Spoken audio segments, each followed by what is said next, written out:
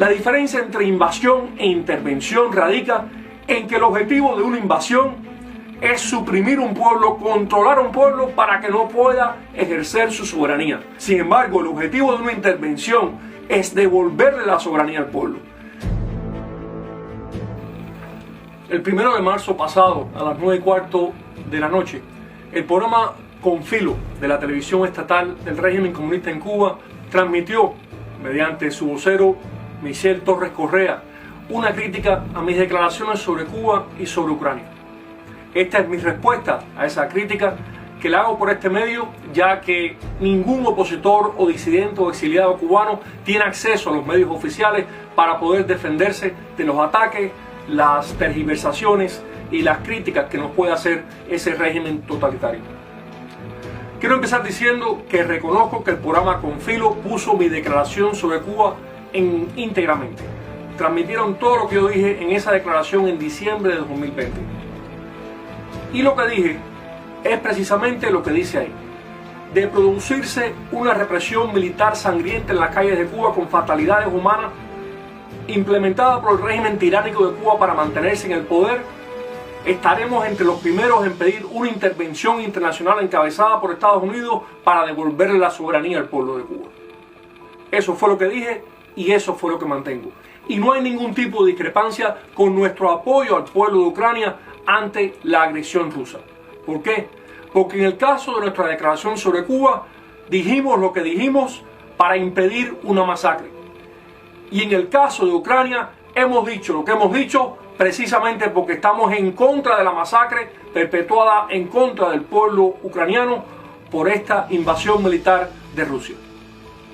La soberanía surge del pueblo en libre ejercicio de todos sus derechos. Un gobierno recibe o se le delega por parte del pueblo ciertas funciones clave necesarias para la colectividad. Ese es un gobierno legítimo. Lo que tenemos en Cuba es un régimen ilegítimo. Tomó el poder hace 64 años prometiendo elecciones libres multipartidistas en 18 meses. Todavía estamos esperando. Es un régimen que no respeta ninguno de los derechos y libertades naturales del pueblo de Cuba y se ha pasado toda su existencia en el poder reprimiendo, asesinando y exiliando, desterrando a toda la población. Y no solamente eso, es un régimen que no ha respetado ni la soberanía de su pueblo, ni por supuesto la soberanía de los pueblos del mundo. Nosotros respaldamos a Ucrania frente a la agresión rusa, en primer lugar, porque es un gobierno que ha surgido de comicios libres multipartidistas reconocidos internacionalmente. Porque es un país con una sociedad civil vibrante que hace pleno ejercicio de su libertad de expresión para poder construir un futuro diferente para ese país. Porque es una democracia que, aunque es imperfecta y los primeros en reconocerlo son los ucranianos, está haciendo enormes esfuerzos para poder elaborar, construir un orden nuevo desde la libertad. Por todas estas razones, nosotros respaldamos a Ucrania. Pero también hay una fundamental: Ucrania jamás ha invadido a nadie. El régimen que impera en Cuba ha promovido y ha respaldado invasiones e insurgencias terroristas en Nicaragua, en El Salvador, en la República Dominicana, en Venezuela, en Colombia, en Chile, y puedo seguir mentando países en los cuales la injerencia armada del castrismo se ha hecho sentir. El régimen castrista envió tropas para invadir a Angola y a Etiopía, inmiscuyéndose o en guerras civiles nacionales o en conflictos entre países africanos, siempre al servicio de la Unión Soviética. Hace solo pocas semanas, el presidente de Angola tuvo que reconocer la participación de las tropas castristas en una masacre de miles de angolanos en Luanda en 1977. Además, ¿dónde fue que murió Che Guevara? ¿Quién le dio al régimen comunista de Cuba y al Che Guevara el derecho de llevar la guerra a Bolivia? ¿Cómo se lo atribuyeron? Esa es otra injerencia armada. Pero para colmo, Fidel Castro se hizo cómplice de la invasión soviética a Checoslovaquia en 1968 y la invasión soviética a Afganistán en 1979. Es una hipocresía que el régimen comunista de Cuba enarbora el principio de soberanía nacional, Ni se lo ha reconocido el pueblo de Cuba, ni se lo ha reconocido a ningún país del mundo. Se ha servido de esa plataforma precisamente para imponerle a esos países un orden totalitario en el cual no se respetan los derechos fundamentales de la persona humana. Hay, además de todo esto, razones fundamentales que nos conllevan a respaldar a Ucrania y a pedir que la soberanía de Cuba se le devuelva a su pueblo. Está plasmada en nuestra historia, en todas las constituciones de la República de Cuba, desde la Manigua Redentora hasta la Constitución de 1940, nuestra última constitución democrática, el amor del pueblo cubano por la libertad.